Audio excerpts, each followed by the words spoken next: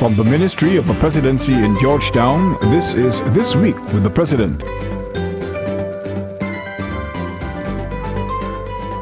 Welcome to this week's edition of This Week with the President, a weekly news magazine which provides an in-depth look at the policies, programs, and work of the President of Guyana in his quest to realize the good life for all Guyanese.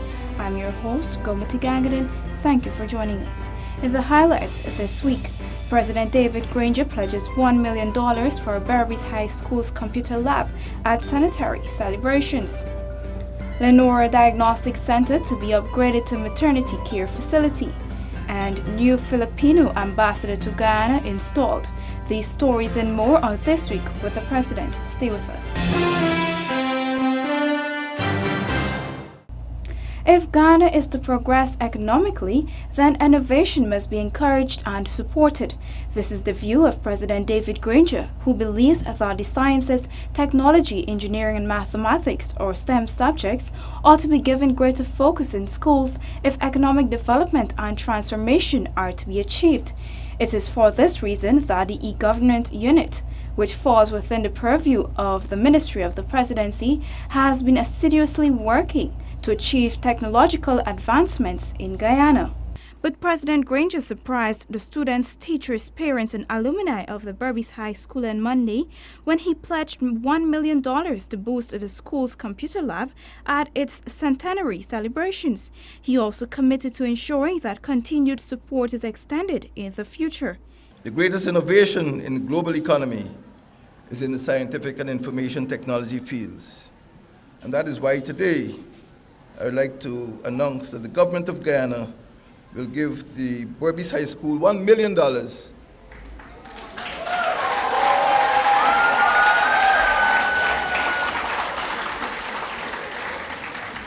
to improve its computer laboratory. I make this announcement at this stage because I know Dr. Tulsi is pulling out his checkbook. So the hurdle is high. It is education that will transform East Berbice quarantine. This is a vast region, a blessed region. More importantly, however, President Granger believes that education must aim at producing persons of quality who have stronger values and morals and who can be integrated into an adult society. Education at the secondary level must edify the mind, elevate values, and enhance skills, he said. In this regard, he added that STEM subjects play a major role and ought to be embraced. The school must embrace innovation. This is the driver of global competitiveness. Education in the sciences, technology, engineering and mathematics, what is now called STEM, S-T-E-M, is the key to innovation and transformation. Guyana's capacity to compete in global markets will rely on our ability to innovate. Innovation requires that greater emphasis be placed on education, particularly STEM education. With President Granger's pledge to ensure internet access to citizens across Guyana free of cost and investment in the technology field, the Berbice High School is now a beneficiary of high-speed internet access, courtesy of the e-government agency. The service has been installed over the last 2 weeks and will now be able to facilitate the delivery of the National Center for Education Research and Development's NSERD new STEM curriculum. Government also plans to provide laptops to all the teachers who had not benefited during the distributions made under the One Laptop per Family platform operated by the previous administration. President Granger noted that education and initiatives such as these will transform the East Berbice quarantine region, a region that is larger than most Caribbean islands. This region is bigger than Belgium, bigger than Belize. It is 3 times the size of Jamaica. It is 5 times the size of Trinidad and Tobago. This region is rich in resources, but it has not been able to convert its potential into economic prosperity for the last 100 years. The present generation must reverse the situation. It is up to you. Do not rely on the alumni. You are the future. The school was the first secondary school to be founded in the county, and for 100 years it has remained a leader in secondary education, President Granger said. He noted that Berbice High unlocked doors that were previously closed to poor families, and it unveiled the potential of students in this region, unfolding new opportunities for them in society. This centenary, therefore, the president said, must set the stage and inspire students to perpetuate the values and traditions which have long been associated with the Berbice High School's golden years and instilled by the former leaders of the school. Those golden years are not a matter of nostalgia or memories, but must be relived every day to create new opportunities, the president told the students and teachers alike. Taken into the future. BHS must continue the process of transformation, which kept it relevant, which kept it resilient, and which kept it responsive to the needs of this changing region and our changing times. You students are the heirs of 100 years of BHS tradition, values, and standards. I urge you to educate yourselves about the school's traditions and to emulate the successes of the scholars who've passed through these doors. I urge you to embrace the new information technology, and I commit myself, once I'm advised by your headmistress, to continue to augment your IT resources as the years go by. Headmistress of the school, Ms. Tracy Helliger, remarked that while the school is an old institution with strong principles, simultaneously it is a lively institution where development is continuous and where diligent teachers continue to serve the system, molding the nation's children. At this school, the emphasis is placed on the whole person's development of each child, as opposed to placing one sole emphasis on academic achievements. This method of education, instruction, along with the utilization of information technology and a variety of other teaching strategies, has been the main reason for Berbice High School to be the top school in Region 6. And moving up the educational ladder from 7th last year to 5th this year nationally. With an 89.52% passes by students with 5 or more subjects in grade 1 to 3, including both mathematics and English language. While the school remains one of the top institutions in the Berbice area and has been looking at ways in which the children can be further motivated to excel, it has also been preaching social cohesion, an area which President David Granger is most passionate about. Dr. Grantley Waldron, chairperson of the organizing committee for the centenary celebrations of the Berbice High School, said that this area of social cohesion is critical, as the lack of which continues to stymie the growth and development of this country. To the question we all asked ourselves, how did we get here? The conclusion came that we let it get here. Some in tacit acquiescence, a majority in a numbing silence, and yet others in their contrived or inadvertent absence. An epiphany of sorts allowed for an abstraction of the fact that we were truly missing in action. We, the intelligentsia of the society, the privileged products of a Berbice High School, Queen's College, or Bishops, let Guyana down and left it to the wiles of those for whom any strategy is fair game, for as long as it confers a power advantage.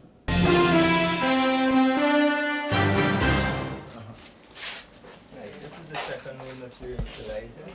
This is it, Dr. Amin Hur.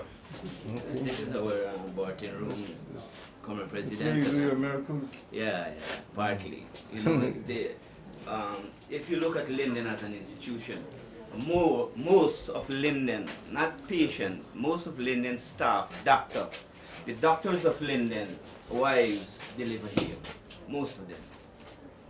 Doctors of Linden. Wives deliver right in this room. Not at Linden or Georgetown. Not at Linden or Georgetown, right here at Diamond. In other words, they come to you. They come to you. Good. That's where the 2% come in. The utilization of only 2%. And listen, you see, Comrade President, people said that there would be another coming of Christ.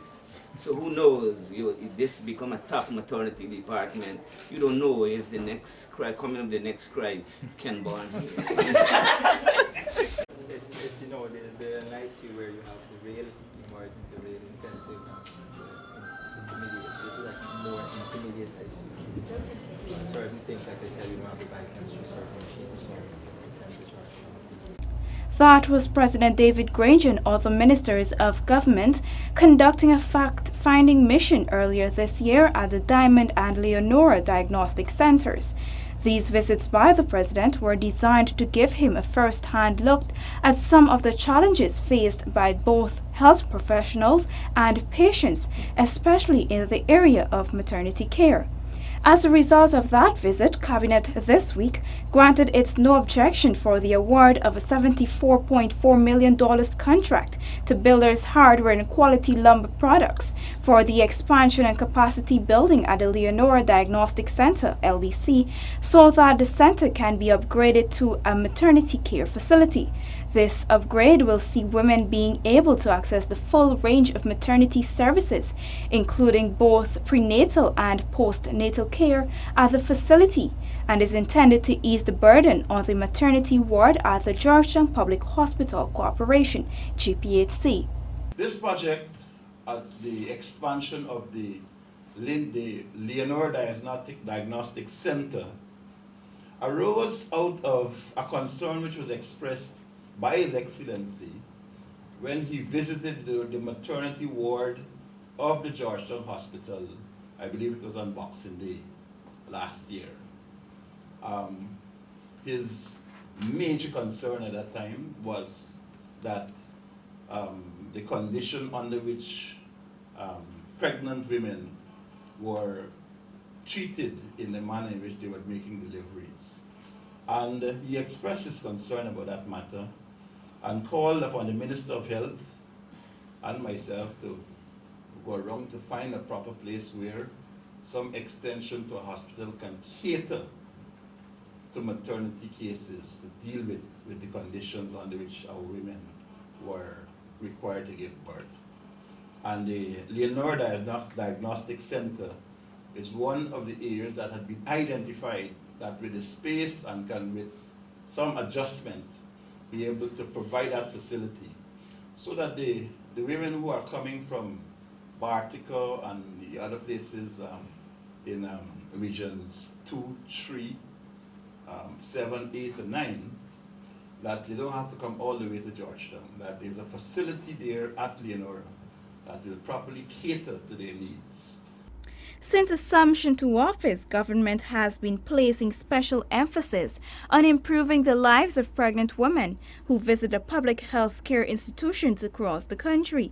For far too long, women and their babies alike have not been able to access the priority care they need at the public health care institutions, often leading to fatalities. However, the new administration has been taking a proactive approach to reducing not only maternal and child deaths, but has been actively pursuing infrastructural development and institutional strengthening to provide a conducive environment for quality service for the benefit of both the patient and the health care worker. During those visits, the president had noted that the fact-finding mission leads government to take a decision to expand the maternity facilities to other locations so that plans and projects can be undertaken accordingly. We just wanted to get a picture of the functions you perform and the facilities that you have available. So we are also very appreciative of the work that people seem to be doing, and also what needs to be done to bring the entire hospital up to a high level of efficiency. We're not here to criticize, we're just here to find out. With this focus in mind, the government in 2015 had allocated $23.2 billion to the health sector to ensure that the delivery is much improved. $133.1 million of that sum was allocated to the upgrading and equipment of the Georgetown Public Hospital Corporation to increase the capacity of the maternity unit by 50 beds. In 2016, $28 billion, or 10.9% of the national budget, was allocated to this sector. In delivering the budget presentations, Finance Minister Mr. Winston Jordan had noted that Guyanese can expect to see a reformed public health care system under the government by 2020. 3 months after the 2016 national budget presentation, the President commissioned a neonatal intensive care unit at the Bartica Regional Hospital, which was upgraded to become a full-fledged regional maternity facility within his first 8 months in office. At that time, the President said that it was just the beginning of the government's plans to improve the quality of health care in Guyana. No matter what it costs, there must be sooner or later a national maternity hospital. But this is one step in that direction. We want to aim at zero maternal deaths, zero. Not just reducing the deaths of our babies, but zero. There should be no reason in 2016 why babies have to die. The Bartica Regional Hospital caters not only for Region 7 residents, but also those from areas like Saxakali, Essequibo Islands, West Demerara, Region 3, Riverview, Upper Demerara, Berbice, Region 10, and more recently residents of Perica, who choose to travel to Bartica rather to the city.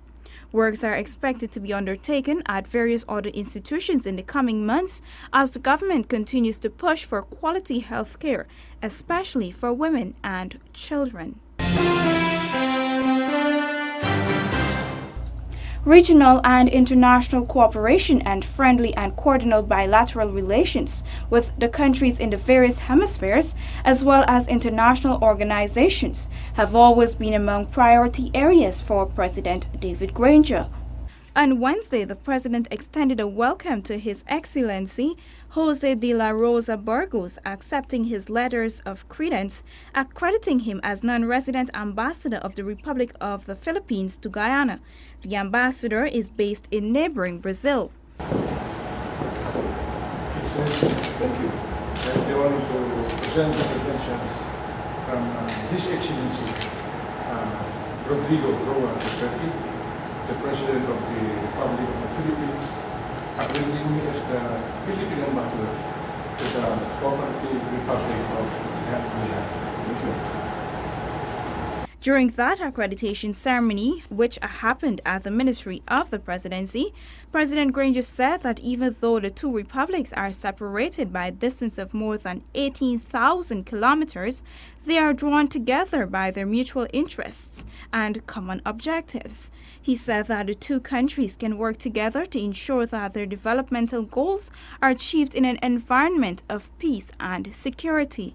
Guyana and the Philippines adhere to common principles of international relations. These include mutual respect for the territorial integrity and sovereignty of states, mutual non-interference in other states' internal affairs, cooperation for mutual benefit, respect for treaties and international law, and the maintenance of peace and security. International peace can be preserved only through adherence to these principles.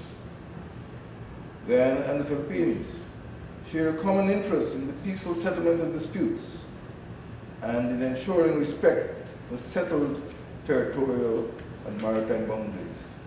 The head of state also took the opportunity to update the new ambassador on the Guyana-Venezuela border controversy and informed him that Guyana looks forward to the support of friendly states as it seeks a juridical settlement to end this 50-year-old matter that has been hampering the country's development.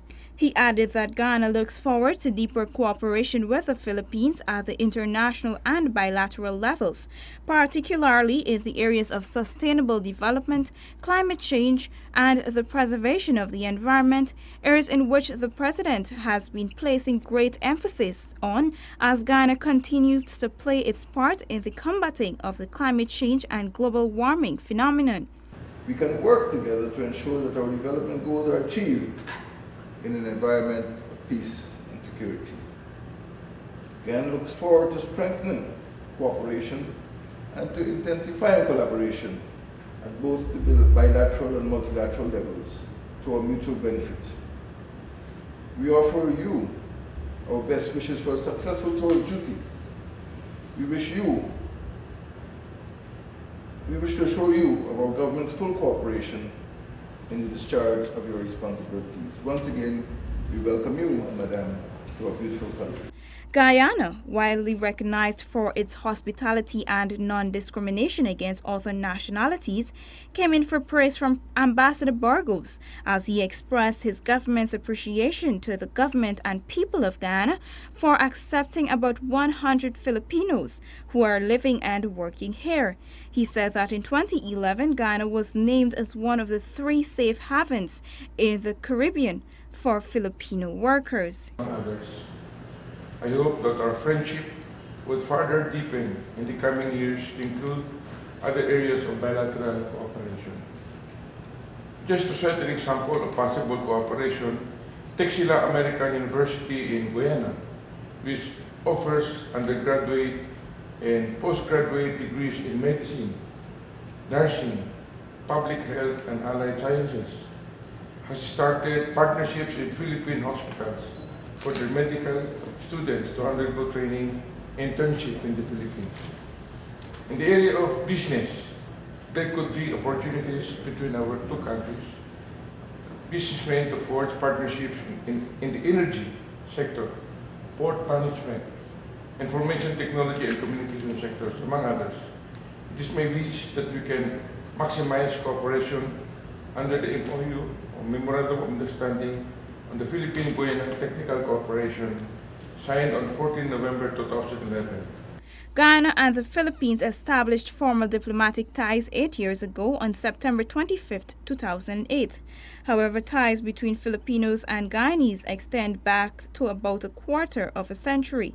Cabinet government's decision-making body has also given its approval for the appointment and accreditation of non-resident ambassadors to Guyana from countries such as Pakistan, Palestine, Finland, Morocco, and Malta. Now we take a look inside the President's diary. On Wednesday, the head of state met with the new United Nations Developmental Programs UNDP's resident representative to Guyana, Ms. Mikiko Tanaka, for their first official meeting at the Ministry of the Presidency. Ms. Tanaka, who has been in Guyana for about 2 weeks now, replaces Ms. Khadija Musa, whose tour of duty ended last month. During the meeting, several areas of mutual interest, including the President's push for a green economy and Ghana's thrust for the achievement of the United Nations Sustainable Development Goals, were discussed. Ms. Tanaka, in an invited comment, described the meeting as very useful and informative. I had my first formal meeting with the President, and it's 2 weeks since I've arrived in Guyana. And it's been a very useful and inspiring meeting. The President shared with me the aspirations, his vision for the country, and we discussed how the UN system can support the government and the country in achieving those developmental objectives. Mr. Keon Haywood, a young and upcoming Guyanese poet, on Monday touched hearts and invoked feelings of patriotism and pride when he performed one of his pieces, titled Song for My Homeland, at the centenary celebrations of the Berbice High School. At the close of this recitation, the auditorium alighted to its feet to applaud him. Let's take a look at this performance. Was born in the land where water rolls down the rhyme. glides through the savannas, rises rivers deep within the dense forest, then slowly settles along the hilly sand and clay. It rushes into the coastal plains, flooding the trenches and the drains, then back into Atlantic to begin the process again. It is rain and sun in the land I was born. I was born in 83,000 square miles of splendor. South American, West Indian. 592 is her number. Land of the jaguar, Camudi, and cayman. Land of bauxite, manganese, and diamond. Land of 6 people united in one. 1966, she became her own woman. She is cook-up, cassava pone, pepper pot, curry, metemg, roti, sauce, and paiwari. I was born in a beautiful country, so please, would you lend me your ears for a while I tell you about a beautiful place. I was born in the land of great writers. Braithwaite, Carter, Carew, Das, Daberdeen, Melville, Matthews, McAndrews, Mithil, Holzer, Rodney.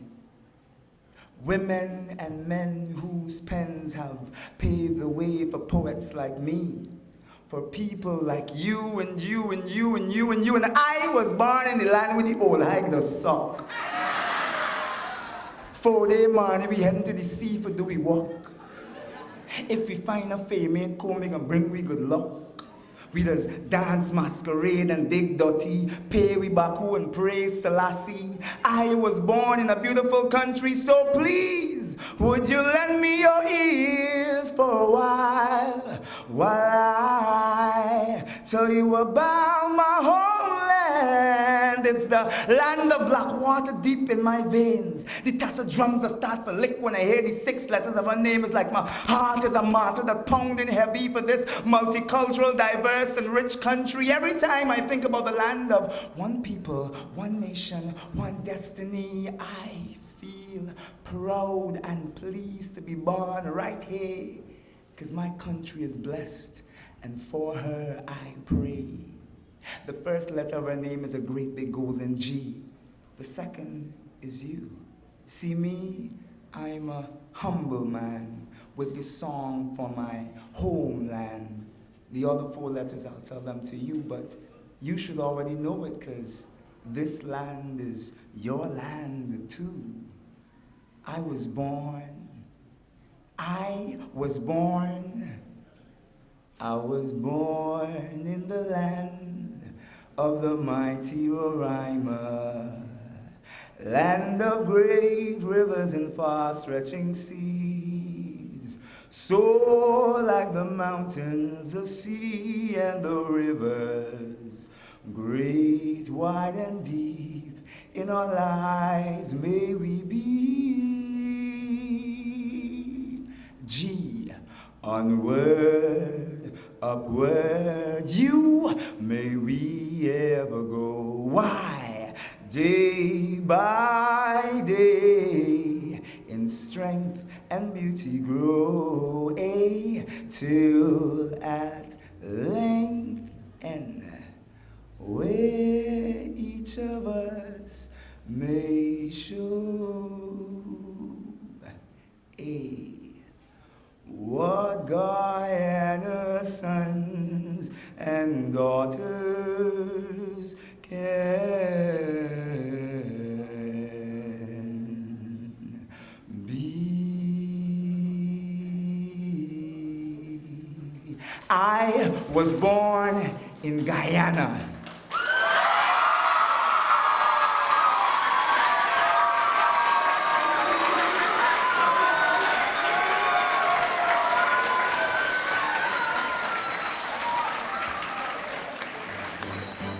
With that, we've come to the end of this week's edition of This Week with the President. Thank you for joining me. For regular updates on the Ministry of the Presidency, go to our website at www.motp.gov.gy, like our Facebook page, Ministry of the Presidency, and follow us on Twitter and Instagram at MOTP Guyana. Do have a blessed week, Guyana. Goodbye.